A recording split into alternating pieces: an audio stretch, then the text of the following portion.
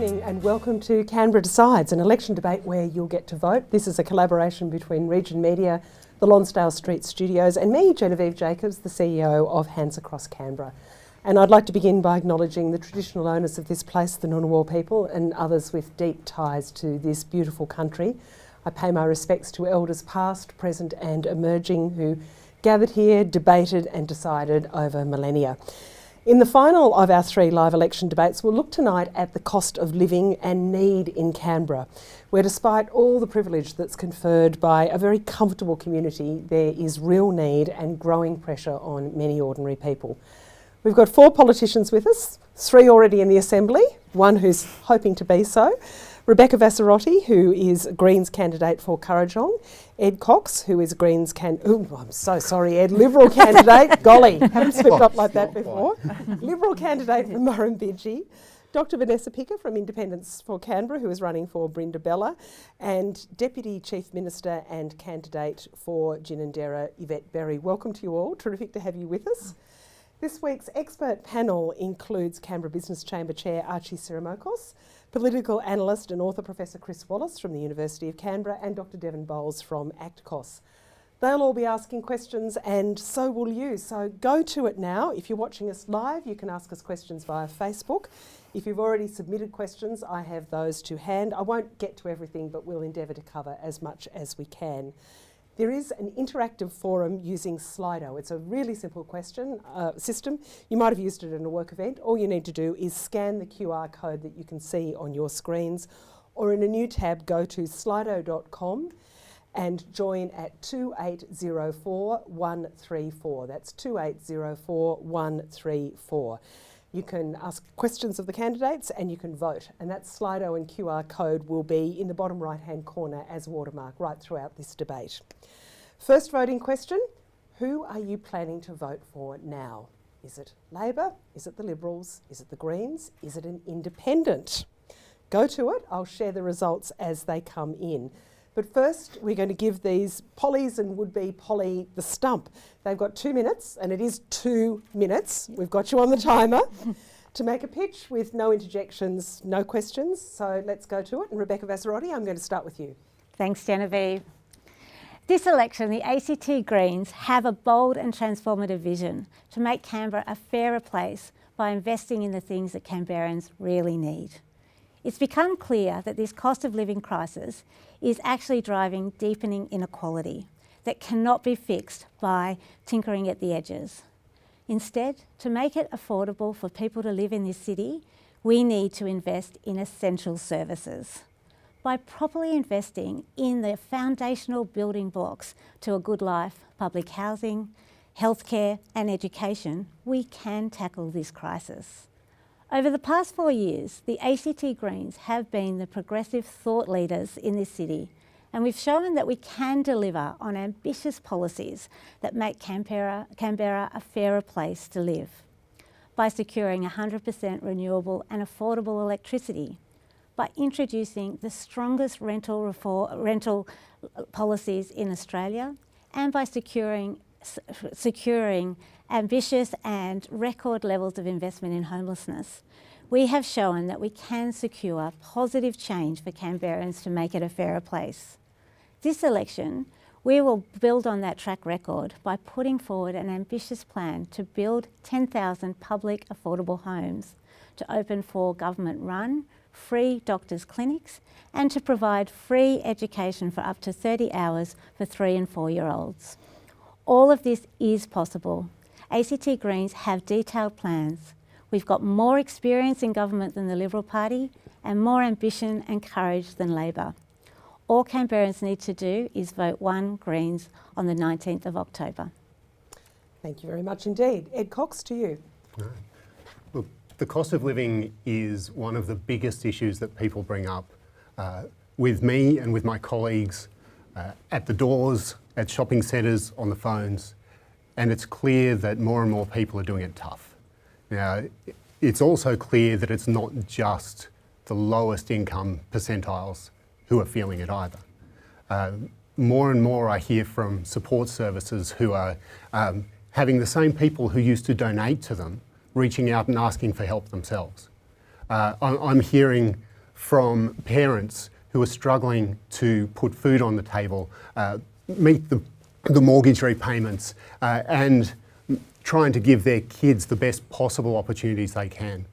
I'm hearing from young Canberrans who have given up hope of ever owning their own home, and young Canberrans who are afraid that they will never be able to have their own family because of the cost of living. The cost of living really does impact everyone. And it's really striking that over a decade into Andrew Barr's tenure as Chief Minister, we are still hearing him talk about prioritising revenue raising and more revenue over the impact that the government's actions have on Canberrans. And it's really stark to me that 23 years into a Labor government, the Canberra tax has never been as real as it is today. And that's why the Canberra Liberals are committed to taking genuine action, to using every lever and every opportunity to tackle the cost of living crisis, both its causes and its symptoms, delivering immediate actions to deal with the problems today and doing the hard yards to deal with getting control of rates and being able to provide opportunities for the future with more homes. You're done, Ed. Thank you very much. Vanessa Picker, over to you. Yeah, thank you so much. First of all, I wanted to say thank you so much for including independent voices in this really vital debate here tonight. I'm running as an independent because I've seen and experienced firsthand that the status quo simply isn't working for so many people across Canberra. We continue to see mounting cost of living pressures, widening inequalities, and quite often really poor policy making, which has left far too many Canberrans struggling. And I think that we need independent voices, not just running in the race for the Legislative Assembly, but actually voted in this October. The reality is that the cost of living crisis in the ACT and also elsewhere, it isn't just a temporary hurdle or a short-term inconvenience, as it's often framed by politicians. This is a symptom, it's reflective of much deeper, longer-term systemic issues, and that's why we need long-term systemic change. And that's why independent voices are crucial, because we're not tied to party lines. We can really follow the evidence and we can bring about long-term changes that can really help us to finally invest adequately in people's futures.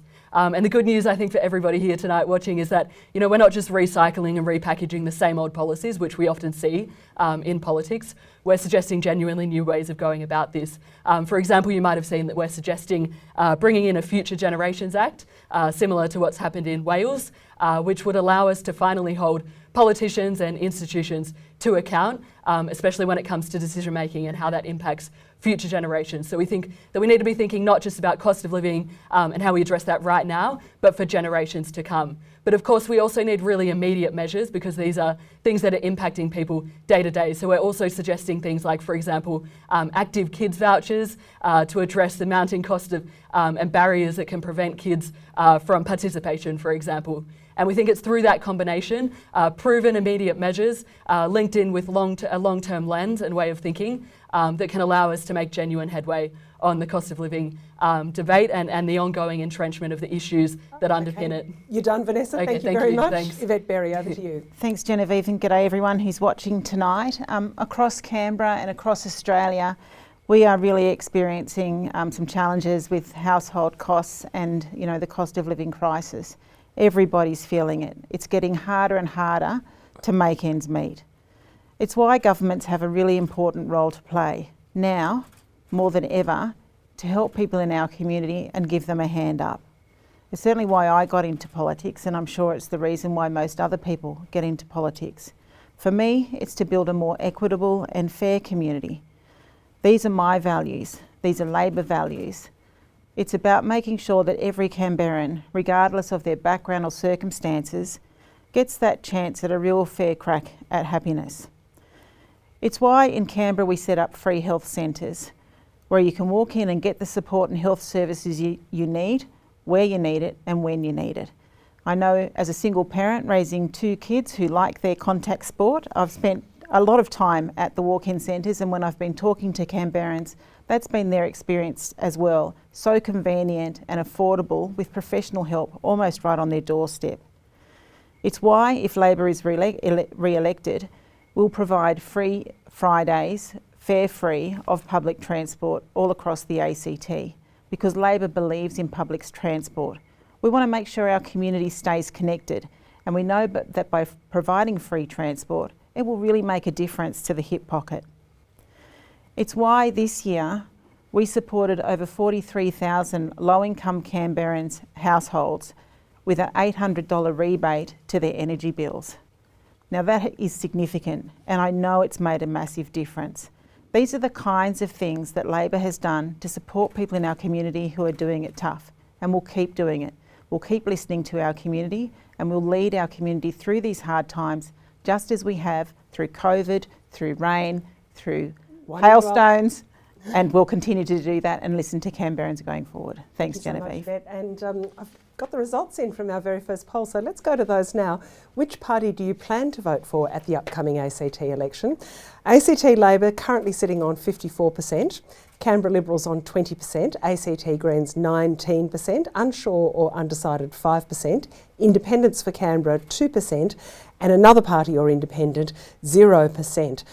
So let's go to the next poll, and that's who did it best? Which pitch impressed you? Which one made you perhaps change your mind, think through the issues, or crystallise what's concerning you at this election?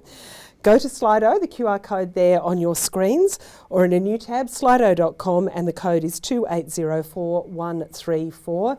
And we do let the Slido poll roll along live here in the studio, so our candidates are all watching as the worm unfolds, which can make for an interesting, if perhaps slightly distracting feature of the debate.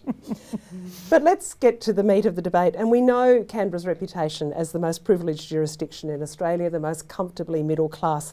The reality is, though, that 1 in 10 Canberrans live below the poverty line, and a quarter of them are children. And as cost of living pressures rise inexorably, the pressure on people who may never have imagined they would be in need does so too. And that's something that I certainly think about and see every day in my role as CEO of Hands Across Canberra, where our task is raising funds for the most vulnerable Canberrans. So I want to begin with inequity, or the Canberra Cliff, as we might call it, where it's a long way to the bottom once you fall off the plateau. Yvette Berry, I'm going to go to you first. You've served in the government for Labor for more than a decade. You've been the Education Minister. The government's recently introduced a school breakfast trial, and that's something that Helping ACT had also begun already in half a dozen Southside schools. How can it be possible that this is happening in our prosperous city? How can we have children going to school hungry? Thanks, Genevieve, and it really is heartbreaking to know that there are young people in our community that for a range of different reasons have complex lives at their homes, and so they come to school hungry. And we know that you can't learn well on an empty stomach, and so that's why we've introduced the free meals at school program.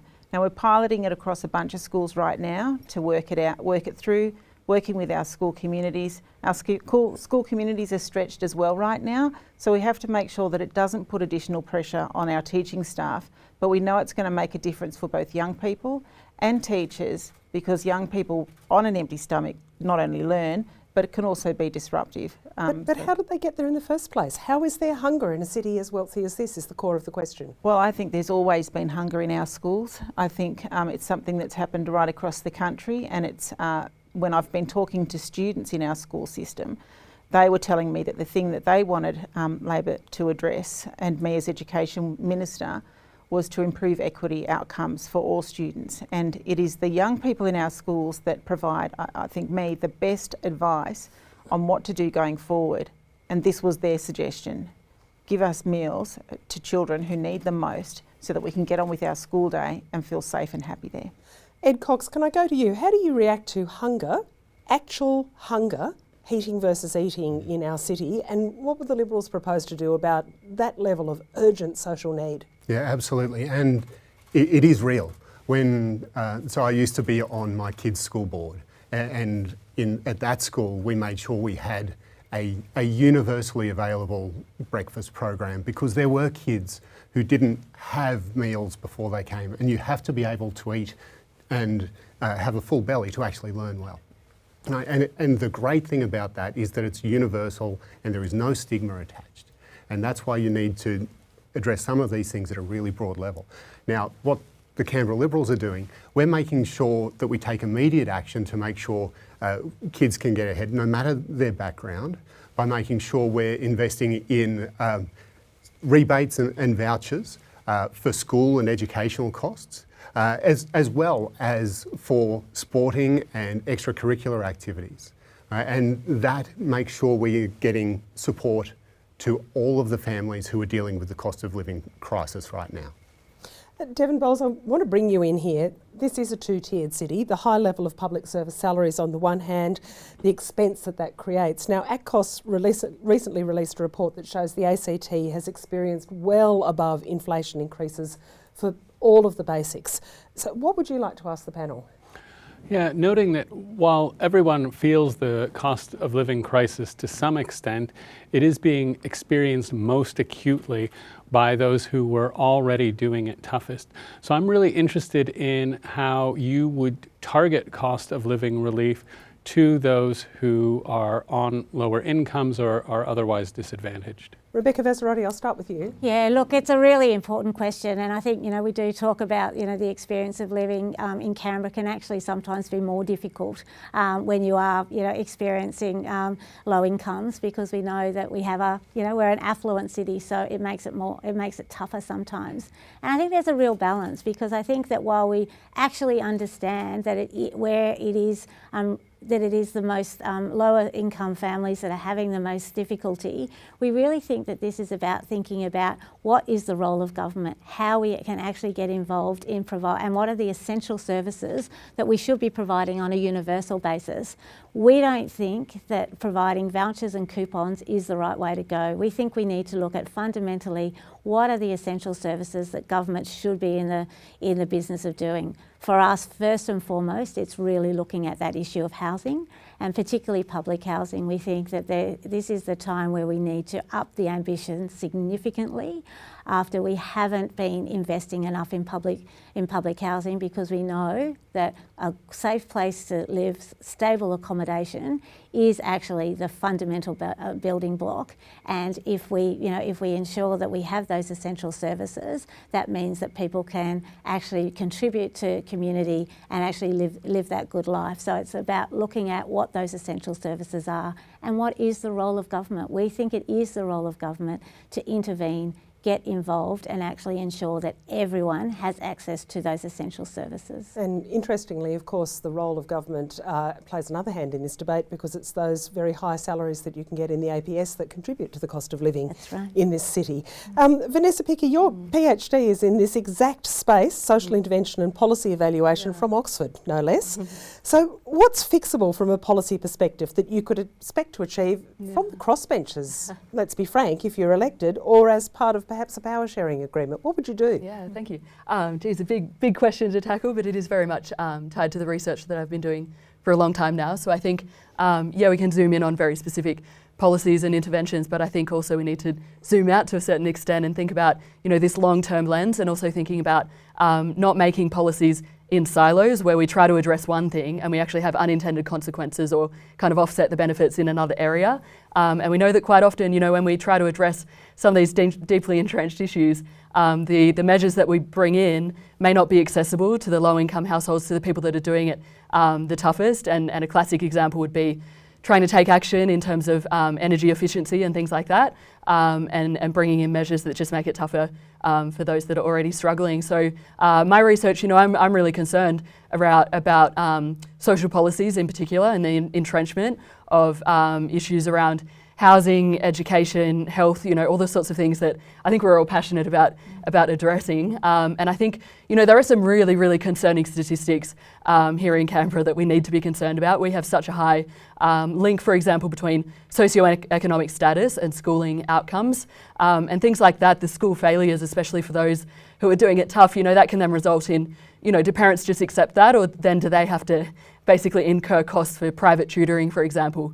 Or do we continue to accept the really long wait times, or do people go out of pocket for the surgeries that they really need, and then that forces them to incur further costs? So I think that we need to stop doing policy making in silos, especially as we approach elections. We have a lot of kind of headline grabbing and sometimes quite bizarre policies as well. I think we need to go back to the evidence. We need independence to bring about greater accountability, and I think that we can't escape, the elephant in the room, which is that there has been an awful lot of waste over the past 23 years, which comes from a combination of ineffective and or inefficient policies, and pursuing those for a long time. And, even well-intentioned things like the nurse-led centres, for example, I think there's no question that, they might be convenient, but I think there are big questions about the efficiency of that, and they're costing the taxpayers per visit an awful lot more than we'd costed for. So I think that we need to be thinking about the effectiveness and the efficiency, and we also need accountability. For example, I'm running in Brindabella, and I think that questions need to be asked about where the rates have been going,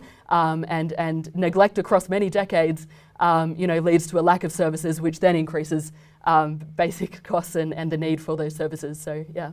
Vanessa, I heard lots of things that you're not happy about. I didn't hear a positive policy proposal there, though. Is there something you would like to actually proactively suggest here? Yeah, for sure. I mean, I'd go back to, as I mentioned, like there's a Future Generation Act example, I'd mentioned the sporting vouchers example, but I think, also taking measures to clear the waiting lists, for example. But I think going back to, things that have been mentioned, like social housing, for example, our housing stock has continued to go down as the need has increased. And often, for example, housing has been taken away and then the funds from that have been diverted to things like the tram. So I think that, we need to, it's somewhat daunting stepping into it and thinking, where do we start with holding the government to account? But I think accountability needs to come, that's sort of the basic starting point. But I think it's a combination of immediate measures and better measuring things as well. Okay, Archie Sirimokos, I'm going to go to you. It's economic conditions and economic levers that both create and address need. What's your question from a business perspective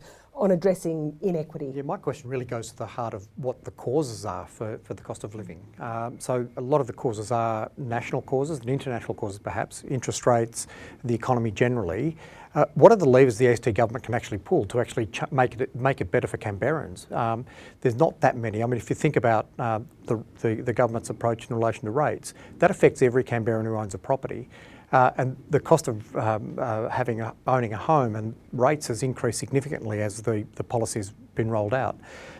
What is it that the AST government can do to affect the broader community? And I know that there is a cohort of our community that at the level where they are really struggling, but I'm talking about the broader community and how they could be assisted as well. Yvette Berry, I'll start with you on that, because I think Archie makes a very fair point there that there's a certain number of Canberrans who are in quite dire need, but cost of living crisis is affecting people who never ever thought they'd struggle, and I could certainly tell you stories about people who are now using food banks, for example, who once would have contributed in the past, people who are now reliant on food co-ops for a significant proportion of their groceries, and these are people who are employed. So what's the answer when, as Archie suggests, there are a lot of things that are beyond your control? It's a big question, Archie, and I'll point to an example, I guess, of where we've provided a universal support across the ACT that's accessible for every person regardless of their income, and that is free 3-year-old preschool. And whilst it seems insignificant when you talk about, economics, the big picture, it makes a huge difference to young people when they start school early and have quality early childhood education. Starting at 1 free day and expanding to more than that, and the Productivity Commission are recommending that we expand it to 30, which we absolutely aspire to achieve. But that makes a difference to families' incomes. It makes a difference to keeping children in school for longer and achieving better. And it makes a difference to everybody's pocket, because it's becoming less affordable for families to do early childhood education. So supporting any family, regardless, by providing that universal access to anybody who needs it, that's a huge difference, not just on those individuals' pockets, but it makes a difference for our city as well in the long term. If I understand your policy though, your policy is around 3-year-olds in preschool. That's not going to be rolled out for 4 years. Those kids aren't even born yet.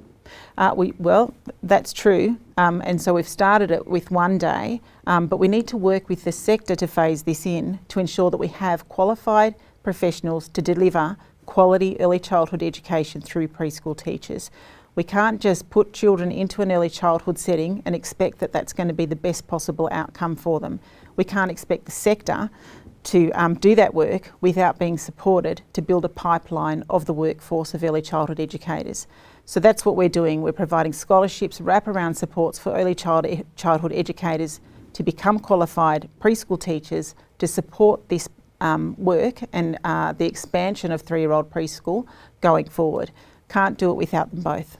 Chris Wallace, what's your question to the panel on policy around inequity and real need? What would you like to know? Housing is such a huge part of dire need in Canberra and increasingly up the class scale. You've all got ideas on it, but are we missing something? For example, there used to be things called state banks. Is there a role for the ACT government under your watches to create a state bank and come up with some innovative housing financing options, including those that could deal with the intergenerational equity of young people pretty much thinking they're never going to be able to get a loan? Look, I'm going to go in a moment to the intricacies of housing, but this question about alternative economic approaches is a really fascinating one. Rebecca Vassarotti, what about you? A state bank of the ACT? Yeah, look, I think we need to come to to think of all sorts of different and creative ideas. I think what it is really clear is that the current economic conditions are not working for people. You know, we have been beholden to a whole lot of neoliberalism in terms of how we, roll out our services, what we provide. So I think we need to look at, particularly things such as nationalisation of services and universal services. I think it's a really good idea. I think many people feel pretty frustrated by the fact that we seem to have a bit of an obsession with credit ratings, and sometimes it feels like we've been held a bit hostage to an obsession around a credit rating, which means that we haven't invested in social infrastructure in particular. When we look at issues such as housing, while there's a lot of conversation about supply, there isn't a conversation about how we really provide affordable, truly affordable housing, and that's where governments really need to step in. Maybe they need to step in terms of finance. I think we need to look at all issues when they're on the table. And certainly we had some really interesting suggestions from the recent debates about public-private partnerships as well, about just trying to find some more economic levers that government can operate in what's always a constrained environment. But housing is certainly a central issue. It costs a great deal. It's increasingly difficult to get into, particularly if you're on the bottom of the market, and particularly, of course, in private rentals, and the financial scenario can be absolutely nightmarish, particularly if you're on a single income. Devon Bowles, I'll go to you. What's your question to the panel about budget stress and housing? So housing makes up for those doing it toughest with the cost of living, typically the largest proportion of their expenses. I'm really interested in your thoughts around the role of social housing and affordable housing and what the government can do to ease cost of living pressures through provision of those housing options. Ed Cox, I'm going to start with you. Yeah. Look, it's really important, as you say, to look across the spectrum when we're talking about housing, both at the overall supply, but also those specific measures that help people who are doing it toughest. And that's why, from the Canberra Liberals' perspective, we're looking at enabling those social housing providers to dramatically increase the supply of social housing across the ACT. We're looking to make sure we're reserving a proportion of our land sales at lower prices for first home buyers. We are really keen to make sure we've got affordability right across the spectrum, because the ACT government really controls the levers around, so many of the levers around housing affordability. The land supply is controlled, where the houses are is controlled, the building requirements, all of those things are controlled by the ACT, and we have to make sure that we are taking the pressure off wherever we can. And it's just astounding to me that after so long, under this government, we've actually gone backwards in the number of social houses that we have. Ed, if I can just pull you up there for a moment, how do you meet the cost of social housing if you back off on some of the Territory's few sources of revenue? I mean, the Liberals have talked about a rates pause, whether we call it a pause or a freeze. You've made $2 billion worth of election promises, so where does the money come from if you're going to significantly increase social housing? And at the same time, not increase rates? Absolutely, and what we're doing is we're going down a more innovative approach than other parties. We're looking to unlock the potential of the social housing sector. Now, while the Greens have got a plan out there that they say is fully costed, if you look through the costings there, you're talking about adding, is it $5.9 billion to the debt in the ACT? When you go through it, that's in a moment. that is an astounding amount that you're looking at adding to the debt there. We need to have innovative solutions that genuinely unlock the supply and unlock the potential in the ACT. What are the innovative solutions? Unlocking and making, giving more capacity for social housing providers, not just ACT government, but other social housing providers, to actually build more homes and provide those really important social housing opportunities. Rebecca Vassarotti, I'll give you a chance to respond, but I also want to bring energy and sustainability into this context because those are matters that are significant for the Greens. I want to put to you the notion that the energy transition, the kinds of future goals that we're setting ourselves as a sustainable city, are also pretty expensive. They cost landlords, therefore they cost private renters downstream. Should we pause on the transition? Is housing the first problem that we need to solve before we get to things like energy and sustainability? I think it's really clear in terms of all of the challenges that we have in front of us, whether it be the cost of living crisis, the housing crisis, the climate crisis. There is no way that we can look at these crises in isolation. We cannot trade off one crisis to solve another crisis. In terms of how we look at the issue of housing, the government needs to be involved and intervene. Ed is right in terms of talking about, in terms of an investment in public housing. We are looking at about a $5.9 billion investment over 10 years. But in terms of how, if that is drawn specifically from borrowings, that we would be looking at interest repayments over the term of this government of $228 million in an $8 billion per year budget.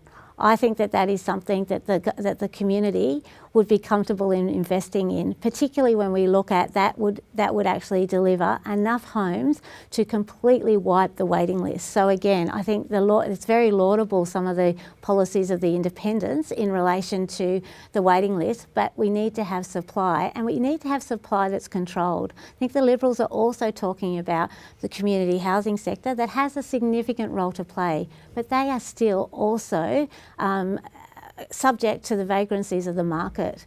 And we're looking at a market to solve a problem that the market has actually created. The private housing market essentially is a failed market when we're looking at it in terms of providing homes for people rather than creating wealth. Actually, Sarah Marcos, let me go to you on that because as we all know in this room, housing development property is one of the massive key drivers in the ACT economy. Do you see policy failure here in terms of access at the bottom end of the market? I think there seems to be a mismatch, and I'm putting this to the panel really, between the expectations of the parties that are running for this election and the outcomes they're talking about. We're talking about having more housing, but we're not talking about supply. We're not talking about the cost of building, which things like energy and sustainability obviously add to the cost of building. If we're talking about energy ratings, we're talking about $50,000 to $100,000 per dwelling additional cost to building something. So if you're looking at those considerations, how do they assist you to be able to achieve the outcome of more housing? Okay, Rebecca, I will go back to you on that. Yeah, because I would really contest those kind of figures. I think industry has really played, a significant role in whipping up, a discussion about the cost of particularly energy efficiency provisions. I'm really proud as a building minister that we actually moved to increase the energy efficiency of new homes being built. These are homes that will stand for 20, 30, 40 years, and we need to make sure that they are working for people and they are working for the planet. Better performing buildings will be much cheaper for people in the long run, and if we actually have a standard, these kind of mechanisms will actually be cheaper because they'll become the standard. So what we need is consistency, and we need certainty around these provisions. But we can, particularly when we're going through a period when we're building more properties, we cannot compromise on things like ensuring that they are meeting the needs of community and that they will continue to perform in a warming climate. Yvette Berry, I'll get your response about this question of sustainability versus the pressures on our market, but it also prompts me to think whether all the sort of practical supports that Labor talks about, tradie support, free preschool, utilities support, vouchers and the like, are simply dodging a really deep systemic issue here with access to a roof over our heads. And that's complicated by the fact that there's a vicious cycle here because the territory is completely dependent on land sales as one of our major revenue sources. So the government's fuelled by land sales and at the same time is unable to provide housing for people who need it most urgently. Well, I think we need to do all of the things that you've talked about. Obviously, people need support where they are, whether that's in a home now or whether they're on the wait list waiting for a home. So all of the things that we're doing support families at a time in need when they need that support most, and it's important. Housing is a challenge, there's no doubt about it. We've, across the country, building homes has been extremely challenging due to the COVID, the international health pandemic, construction supplies, construction workforce, the La Nina. I can go on. Over the last 4 years, it has been extraordinary compared to any other time in our country's history as far as the complications that have been thrown in front of building houses across the country. But we've overcome those now, and we're now in a situation where we are seeing homes built at a normal sort of time frame. We're starting to see that 9 to 12 month time frame returning. We're starting to see construction supplies becoming more available. It's still challenging out there, and I've been talking to construction workers, and I'm sure your members, Archie, would say the same thing, that it's still not a walk in the park. But we've provided a pipeline where the construction industry can see what's available over the next few years in building homes and housing across the ACT. Vanessa Picker, we've got a whole suite of solutions going on here about access to housing at all levels of the market. The Liberals say we need a whole new suburb at Cowan Forest. We're going to get rid of the pine forest and we're going to have a whole new housing suburb there over the border in New South Wales. The Greens want to redevelop Thoroughbred Park and chuck horse racing out to Queanbeyan. Labor wants to focus on apartments which pay the city's bills and infill. Where and how do we solve the affordable housing problem?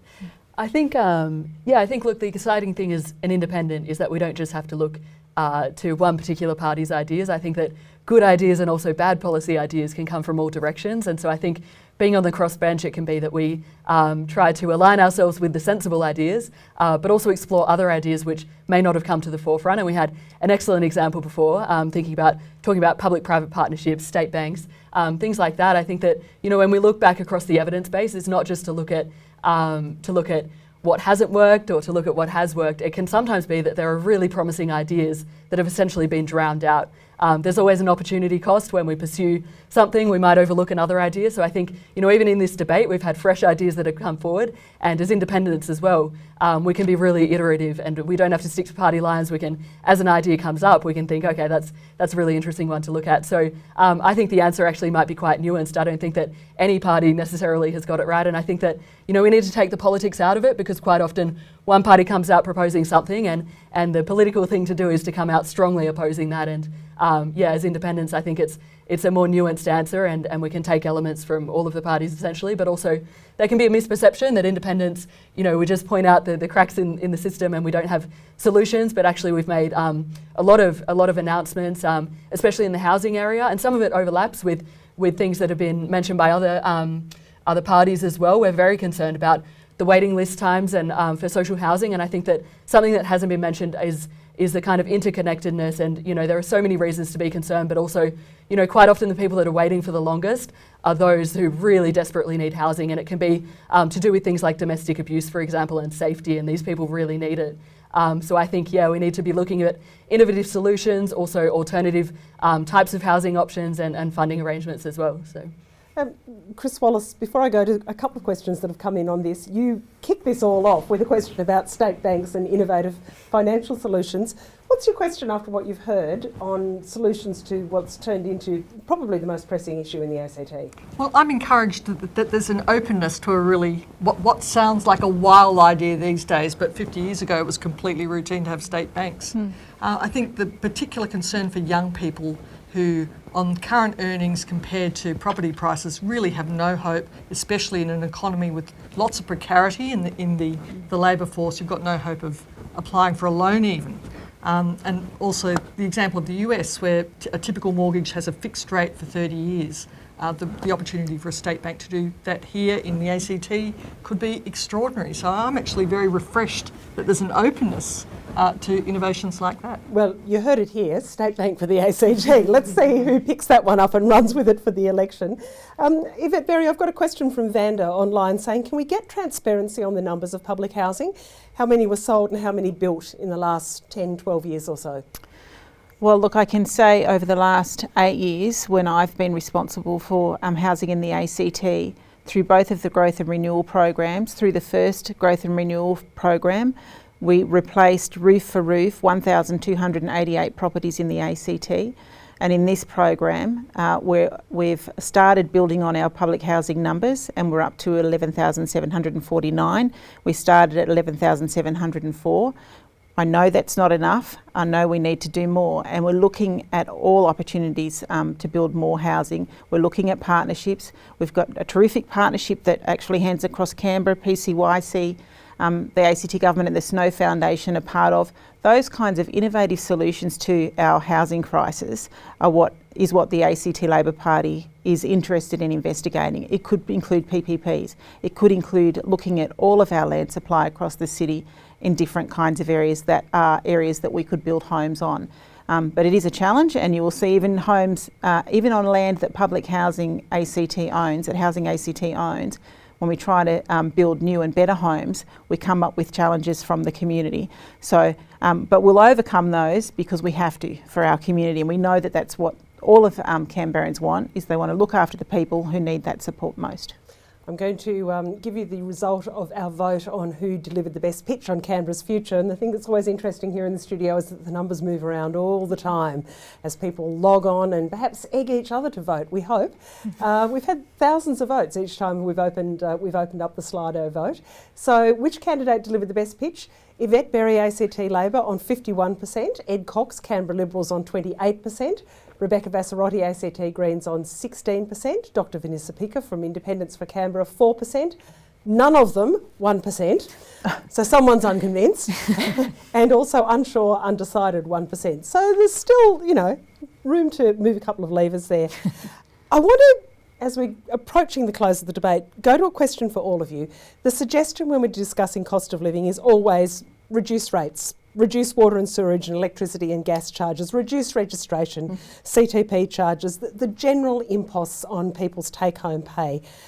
I always wonder whether you feel those are financially possible solutions for a balanced territory budget. And the reality for those who are making the decisions in the Assembly is we don't have a lot of money to spare in the ACT. We've got limited revenue sources.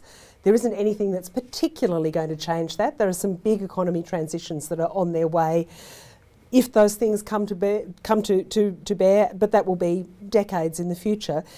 Would any of you commit to wholesale freezes on utility costs and rates? And if not, why not? Ed Cox, to you.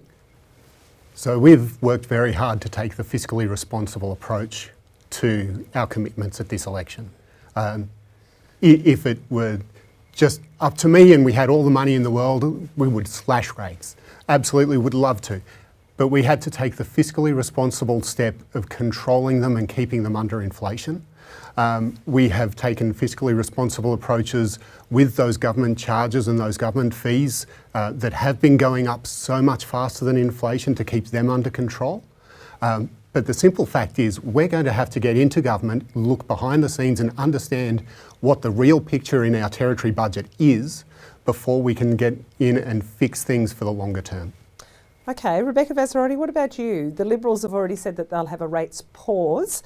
Are you committing to wholesale freezes on things like utility costs and rates or not? We think that what we need to do is we need to look at what the revenue bases are and then what the services that are being provided are. I think the issue of utility costs is actually a really interesting one in the context of the conversation that we just had, that if we're building homes that are energy efficient and actually have, you know, things such as solar panels and other renewable energy sources, that means that those fundamental and structural costs will be much reduced. So it's about looking at those structural ways that we can really provide cost of living, and so that's what we continue to do. I think that people will be are comfortable in terms of providing contributions through their rates if they're confident about the level of service that they're being provided. So I think if we get those essential services right, that we look at that there is lots of commonality in terms of looking at the issue of free childhood education for 3 and 4 year olds. There's actually a lot of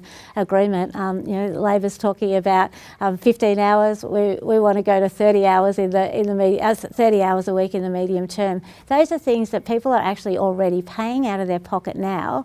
If we can provide essential services and take some of those cost pressures away, then people actually see what they're getting for the contribution that they're making through rates across the board. But it's not necessarily the same thing, is it? Because things that are free aren't free. We are all paying for them at some level. Well, I think that's exactly right. And so I think if we know what those essential services are, and we have confidence about the role of government and what government is actually contributing, and ensuring that everyone is actually getting the services that they need. This is what some of the structural ways that we can deal with the inequality issue that we do. We all are really concerned about, particularly living in this city that is affluent. Yvette Berry, Labor's copped a lot over the years for rising rates, for those rising utility costs and the like. It's not necessarily a simple question, is it? Because we don't have alternatives in the jigsaw puzzle. But what about a commitment to freezers at a time when the costs are particularly high, when we know that there are people who are creeping into need, who, as we said earlier, may never have envisaged themselves in that position, the working poor? Yeah, well, I think what we've done to address that is some of the announcements that I was talking about earlier around the $800 off energy bills for people who are on low incomes and experiencing that challenges more so than anybody else. But rates are one of the incomes of the ACT government, and it's transparent. People can see where their rates go on their rates every year. They see that it's going mostly to health, then education, and they can see that over a third of their rates payments go towards investing in health, so that people can access healthcare like the free walk-in clinics, to be able to access that when they need it. The other sources of of revenue are land. It's finite. It won't go forever, so we have to manage it carefully, and we're constrained by the environment and cultural concerns and heritage issues, and so we need to manage that carefully, and it won't go forever, so we have to be careful. We can't just point at any vacant block of land and start building on it. The third place where the ACT government has revenue is through GST. Now that unfortunately is not a certain amount, and we really depend on the federal government each year understanding what that means to our budgets every year. I know that's not a perfectly exciting thing that I've been talking about when it comes to economics and how the budget works, but rates, GST and land supply go towards providing the services that Canberrans need. Vanessa Picker, finally to you, what would the independents suggest? Are you backing rates, utility costs and other things like that being slashed? First of all, I would reiterate what I've mentioned this whole time, which is that we need to be addressing the root causes of issues. I don't think that we can veer away from that. I think the exciting thing, I guess, as an independent is that I can personally say that as an independent, I think temporarily that could be a good thing, but it has to go hand in hand with many other measures which get to the crux of all of these very entrenched issues. I also think that it's not just about what we do with rates in terms of the figure. I would push back on what's been mentioned about the transparency around rates. I'm running in Brindabella, and I think that there's a massive black box. I think that a lot of people are wondering, where the hell have the rates been going for a very long time, because there's such neglect, and there has been for across decades there. So I think that we need to lift, what seems to be a bit of a black box in terms of where the rates have been going. I personally actually would get behind measures such as what's been mentioned. If there's something that we can do temporarily and immediately to make things easier for those that are doing it really tough and have been for a long time, and that's been exacerbated by things like COVID and really recent things that have been mentioned here tonight, then I think that's fantastic. But it has to go along with better resource allocation and more transparency around that. We also, as I've mentioned before, you know, if we do reduce rates, I think it could create the illusion that we're fixing these issues when in actual fact it might lead to reduced public services and the further entrenchment of people not getting the services that they need. Having said that, we've heard that there are alternative ways to think about revenue raising, things like public-private partnerships, things being put forward that, you know, hadn't been thought of necessarily before tonight. So I think that we can look at other alternatives as well to minimise rates as far as possible. But yeah, we can't just, I think, do things which might sound good in the lead up to an election, but then take away services, because as I've mentioned, if we do that, it can lead to people having to pay out of pocket for services that they might not otherwise have to. Yeah. Chris Wallace, you have spent a lot of your career analysing political promises. The laundry list of reducing the rates and reducing the registration charges and the like is really, really popular with voters, isn't it? And what's your question when you've heard 4 nuanced takes on that? It's like you said, Genevieve, if people want services, they've got to be paid for. There's no magic pudding that can solve the budget challenge and make it easily match the need we face in Canberra. But I've got to say, listening to the guests tonight, very high quality contributions from each one, I think nearly all of you use the term doing it tough. And what I'd want to ask is that a shockingly unhelpful euphemism about what's going on in Canberra? Should we stop the doing it tough euphemism and start talking about Canberrans living in poverty? Is there a case post-election, whatever happens, for having a poverty summit in Canberra, really seeing and naming the problem and getting together to do something about it? In the process, not least, you know, showing to the rest of the nation, we are like you, we have poverty too.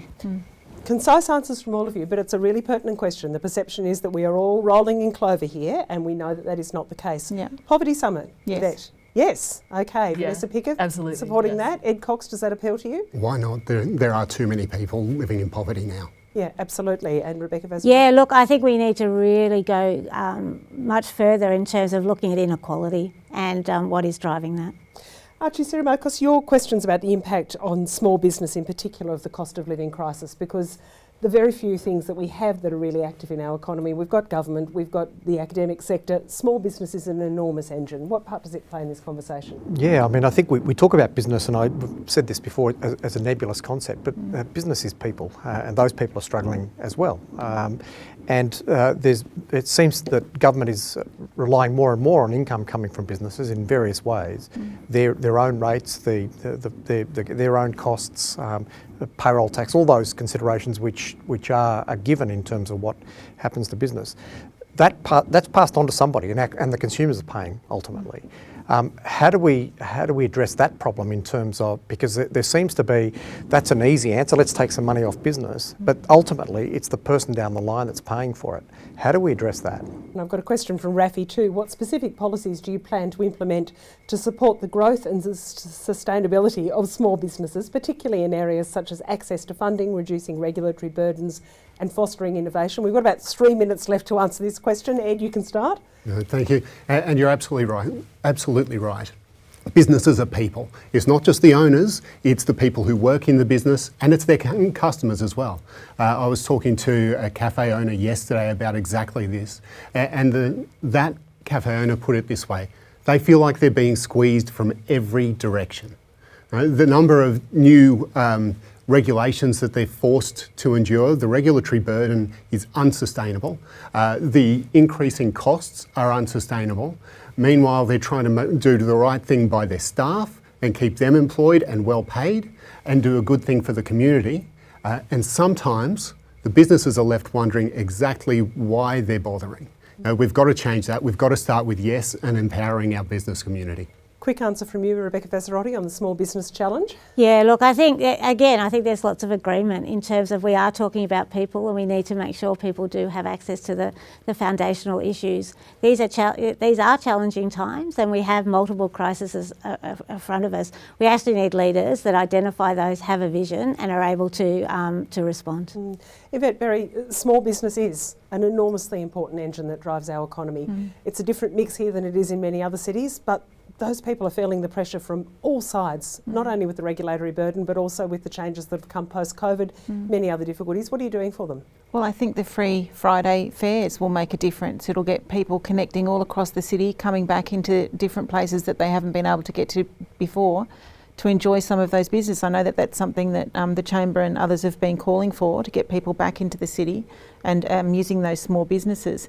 But small businesses aren't just cafes, they're in a whole range of different sectors, and that's where I think Labor's plan for a pipeline of 30,000 homes makes a difference to a range of different small businesses across the construction space, in providing them with the pipeline of certainty of work that gives them some certainty for their business into the future as well. Okay, Vanessa Picker, finally to you. You've got next to no time, but go for it. I think I'd just quickly push back. I'm not convinced about the Free Fair Fridays being a solution. I think that, you know, I'm running in Kurrajong, as I said, and buses have been stripped away. We don't have the tram. I think that's an example of a policy which benefits, you know, people who live on the tram line, for example, or people who fit into a particular demographic. So I think that we need to go much further than that. I think it's very clear that we have high rates of business closures here in the ACT. I think we could be doing much more to support startups and grow startups, doing more in technology. There are pockets of Canberra, such as definitely in Kurrajong, where it's really about revitalisation, and I think there's so much opportunity there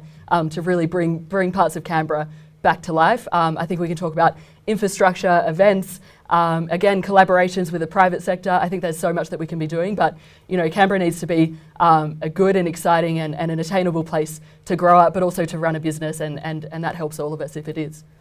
That's a terrific note to end on. I think we've got some interesting things out of this debate. Among them, a bipartisan commitment, Devon Bowles, to a poverty summit. So let's get that on the record. There's plenty of people watching this and plenty of people taking notes on that one.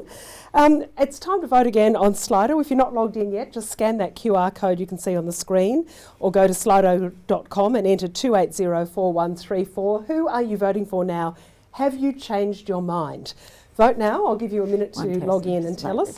Look, it's really been a pleasure and a privilege to facilitate these debates for Region Media and for the Lonsdale St Studio. So thank you very much indeed to Damien Maher and his team for producing this event so professionally, to the Region team, and to all of you for participating with questions and votes. The poll results are in. I will now vote for ACT Labor, 30%. I haven't changed my vote, 24%, actually 26%. The numbers are sliding around all over the place. I'll now vote for the Canberra Liberals, 20%. I'll now vote Independents for Canberra, 6%, 23% for ACT Greens. I'm going to give up there because the numbers are just moving at warp speed as people get on with their voting. But look, it's your turn now. The election is on October 19 and it is a contested field this time. There are any number of possible outcomes. Is this the election where we see change? And if we do, what will that change look like? So that is up to you, the voters of Canberra. I am really hoping that these election forums focusing on the economy and business, on Canberra's future, and on the reality of need across our community have prompted you to think very carefully indeed about your vote. So please cast it with care, because our successful, fair, well-run democracy in this country is very precious, and we here in the ACT can do it better than anyone. Thank you, everyone. Thank you to our expert panel, to Chris Wallace, Archie Siramokos and Devon Bowles, to our political candidates, and to all of you in the audience, and good night.